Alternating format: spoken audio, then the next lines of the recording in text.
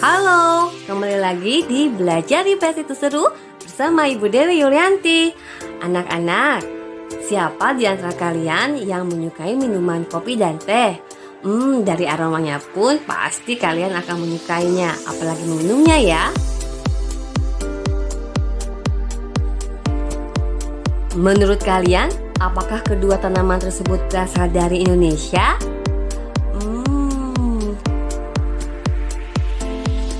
Ternyata kedua tanaman tersebut bukan dari Indonesia loh. Wah, kalau begitu dari mana ya kedua tanaman tersebut? Kok bisa ada di Indonesia? Coba kalian cari tahu ya. Sebagai acuannya, kita lihat kebijakan kolonial yang ada di Indonesia. Adapun tujuan pembelajaran kita kali ini adalah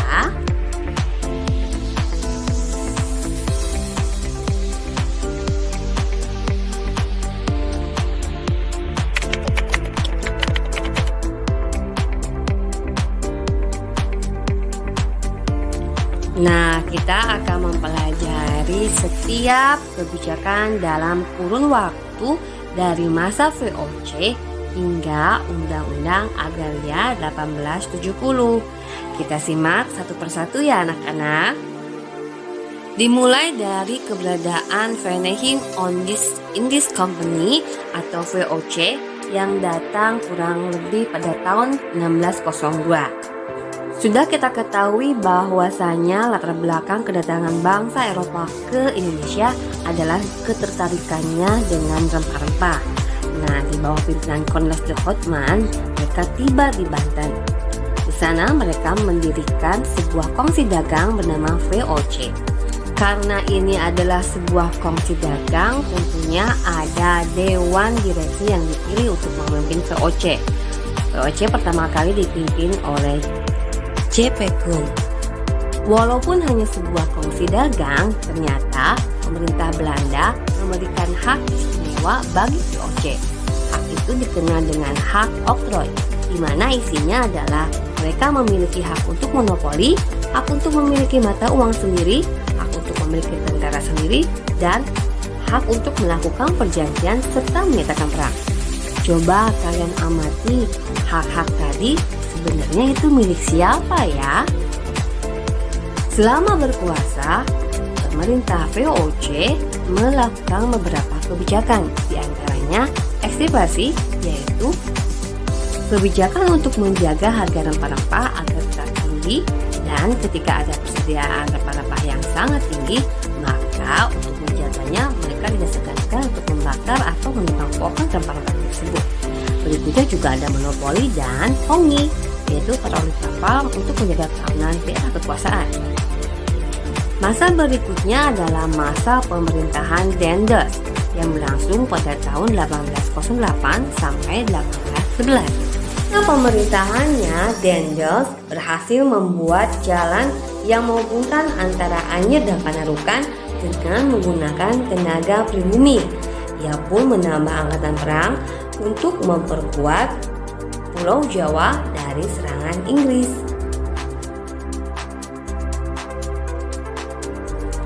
Coba perhatikan peta berikut ini.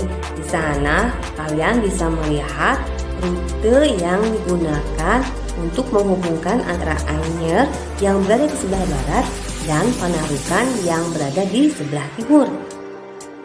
Kebijakan lainnya, ia merubah raja-raja menjadi pegawai dan menggajinya. Ia pun mengeluarkan sistem penyerahan wajib yang diterapkan pada zaman VOC tetap dilanjutkan, dan tentunya mengadakan monopoli perdagangan beras. Ia pun memberlakukan Priangsstelsel, yaitu kewajiban bagi rakyat Priangan untuk menanam tanaman ekspor seperti kopi.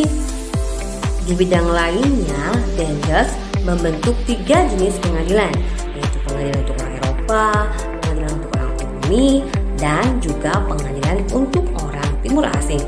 Kenapa harus dibagi-bagi ya? Coba kalian cari tahu. Pemerintahan berikutnya adalah masa pemerintahan Raffles yang berlangsung pada 1811 sampai 1816. Masa pemerintahannya lebih liberal karena ia menganggap kebijakan-kebijakan yang bertentangan dengan nilai-nilai kebebasan dihapus seperti rodi dan sebagainya. Sebagai gantinya, ia menerapkan sistem sewa tanah atau pajak tanah untuk meletakkan dasar perkembangan sistem ekonomi uang. Sistem pajak tersebut diserahkan langsung kepada desa untuk disetorkan ke kantor residen. Sedangkan pajak yang berupa beras dikirimkan ke kantor residen setempat oleh yang bersangkutan atas biaya sendiri.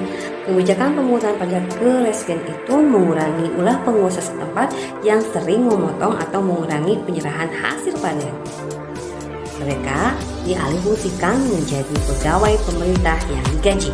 Di masa pemerintahannya, Raffles berhasil menghasilkan beberapa karya tulis. Di antaranya adalah History of Java dan History of the East India Archipelago. Ia pun mendorong aktif sebuah perkembangan kebudayaan dan pengetahuan dan merintis kebun raya Bogor. Kebijakan selanjutnya adalah sistem tanam paksa di bawah gagasan Johannes van der Bos yang berlangsung pada tahun 1830 sampai 1870. Latar belakang diberlakukannya sistem tanam paksa erat kaitannya dari dampak pemerintahan Raffles yang awalnya untuk mencapai keuntungan ternyata malah memperoleh kerugian. Kebijakan Raffles dinilai gagal memberikan keuntungan bagi pemerintah dan rakyat. Benarkah menurut kalian? Apa saja ya ketentuan tanam paksa? Coba kita amati aturan secara tertulisnya ya. Secara garis besar, ketentuan aturan tanam paksa ini meringankan bahkan tidak merugikan masyarakat pribumi. Namun, coba kalian tebak, benarkah aturannya itu bisa dilaksanakan dengan benar? Sepertinya aturannya saya tebak, yaitu banyak penyimpangan terhadap aturan tersebut. Apa dampaknya bagi rakyat Indonesia? Berikutnya adalah Undang-Undang Agraria yang dilatar belakangi adanya penyelewengan tanam paksa dengan membuat kaum liberal Eropa, baik yang berada di Jawa maupun Belanda, tidak suka terhadap personalisme, favoritisme, dan otokrasi sistem kolonial di Jawa. Pada era 1850-an, kaum pengusaha swasta diizinkan untuk mengadakan kontrak dengan para petani di Hindia Belanda, khususnya di Jawa dan Sumatera. Kondisi ini menjadikan paham-paham liberal terhadap perkembangan ekonomi di Hindia Belanda semakin berkembang. Puncaknya ketika 1870, kaum liberal berhasil memenangkan suara di parlemen Belanda yang menyepakati adanya Undang-Undang Agraria 1870. Undang-undang ini memiliki ketentuan di mana adanya hak erfa atau semacam hak guna usaha yang membuat seseorang bisa menyewa tanah yang terlantar dan telah menjadi milik negara selama maksimal 75 tahun. Maka pengusaha swasta dapat melakukan negosiasi langsung dengan para pemilik tanah pribumi. Nah, sekarang coba kalian diskusikan dan bandingkan apa kelebihan dan kekurangan dari setiap pemimpin yang menjalankan kebijakan-kebijakan yang sudah diterangkan dalam video tadi ya.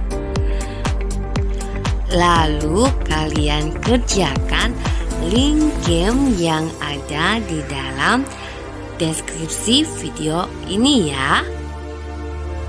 Jangan lupa ikuti petunjuknya ya. Semoga kalian memperoleh skor yang sangat maksimal. Nah anak-anak, demikian materi kita kali ini. Sampai jumpa lagi di video pembelajaran di channel Belajar IPS Itu Seru selanjutnya. Jangan lupa klik like dan jika belum subscribe, di subscribe ya, agar kalian memperoleh notifikasi untuk video terbaru di channel ini. Sampai jumpa lagi ya.